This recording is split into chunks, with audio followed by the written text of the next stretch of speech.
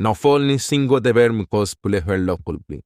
তো বন্ধুরা, কুলকির আজকের পর্বে আপনারা দেখতে পাবেন যে কুলকি আর বড় রাজাকে রাজবাড়ি থেকে বের করে দেওয়া হচ্ছে।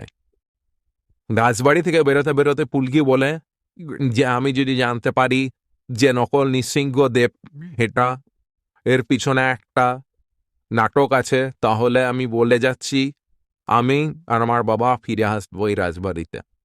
বলে দুজনে সেখান থেকে চলে যায়। রোহিত, কুলকি আর বড় রাজা হাঁটতে থাকে। তখন প্রজারা বলে এখন বুদ্ধি এলো, এরা আবার যাচ্ছে, এবার আমরা নৃসিংহদেবের প্রকোপ থেকে বাঁচবো। পুলকি তখন মনে মনে ভাবতে থাকে যে প্রজারা কিছুদিন আগে সবাইকে বরণ করছিল, এই প্রজারাই এখন এরকম বলছে। পুলকি মনে মনে অনেক কষ্ট পায় এবং বড় রাজাকে বলে, দেখলে বাবা, যে প্রজারা আমাদেরকে বরণ করেছিল সেই প্রজারাই এখন এরকম ব্যবহার করছে। বড় রাজা তখন বলে, আমার তো কিছুই মনে নেই, আমি শ্মশানে কত কি খেয়েছি, নৃসিংহদেব ওই জন্যই এরকম আমাকে শাস্তি দিচ্ছে। তখন রোহিত পুলকিকে দেখে পুলকির মন হালকা করার চেষ্টা করে, যেখানে রোহিত পুলকিকে বলে, তুমি বললে আমি গাড়ি ভাড়া করে এনে দেবো, আমি তোমাকে নিজের কোলে করে নিয়ে যাব।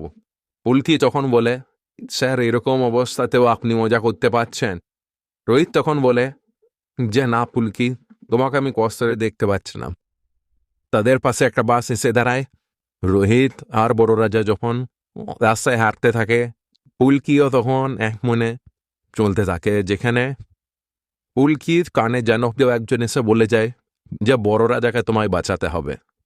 পুলকি তখন তাকিয়ে বড় রাজার দিকে দেখে যে বড় রাজা পড়ে যাচ্ছে, যেখানে পুলকি গিয়ে বড় রাজাকে ধরে বড় রাজাকে বাঁচিয়ে নেয়। পুলকি তখন বলে, দেখলেন স্যার, নৃসিংহদেব আমার কানে এসে বললেন যে বাবাকে বাঁচাতে হবে, এবং এই জন্যে আমি বাবাকে বাঁচাতে পারলাম।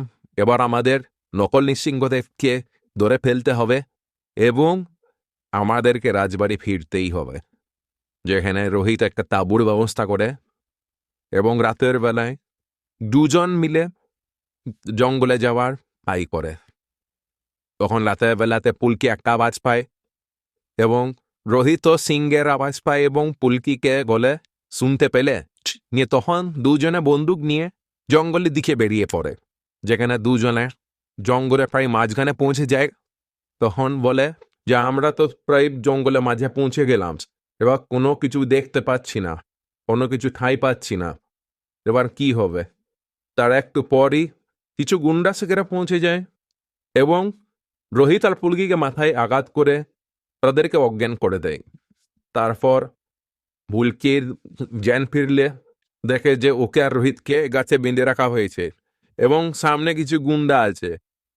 তখন পুলকি বলে, আচ্ছা তাহলে এরা হচ্ছে নকল নৃসিংহদেব। যেখানে একটা সিংহের মুখোশ পরা ব্যক্তি এগোতে থাকে, যাকে দেখে বলে, আচ্ছা এ হচ্ছে নকল নৃসিংহদেব। নকল নৃসিংহদেব তখন মুখোশ বলে এবং সব গুন্ডারা হাসতে থাকে এবং বলে, আমি নৃসিংহদেব নয়, আমি রাজস্থান থেকে এসেছি এবং আমি হচ্ছি ভাড়াতে খুনি, আমাকে ভাড়া করা হয়েছে খুন করার জন্য, আজকে তোমাদের খুন হবে। যেখানে পুলকি বলে, আচ্ছা তাহলে যে তোমাকে ভাড়া করেছে। তখন নকল নৃসিংহদেব হাসতে থাকে এবং বলে, এবার তোমাদেরকে আমি মারব, এবং তাদের দিকে এগোতে থাকে। তখন পুলকি বলে যে আমাদেরকে নৃসিংহদেবই বাঁচাবে এবং মনে মনে নৃসিংহদেবকে আহ্বান করতে থাকে এবং বলে, নৃসিংহদেব তোমাকে আমাদেরকে বাঁচাতেই হবে, নকল নৃসিংহদেব তোমার নাম নিয়ে এত কিছু করেছে, ওকে ধরা পড়াতেই হবে। তখনই জঙ্গলের মাঝে একটি তীব্র আলো দেখা যায়। গুন্ডা করে সেগুলো দেখে এবং সেই দিকে এগিয়ে যায়। কেউ কিছু দেখতে পায় না তো তীব্র আলোতে। রোহিত তখন জোর লাগিয়ে সেই দড়িটা খুলে ফেলে এবং পুলকিকেও সেই দড়িটা খুলে দেন। পুলকি তখন বলে, দেখলেন স্যার, নৃসিংহদেব আমাদেরকে বাঁচিয়ে নিলেন। দুজন মিলে তখন গুন্ডাগুলোকে মারে এবং নকল নৃসিংহদেবকে ধরে নেয়।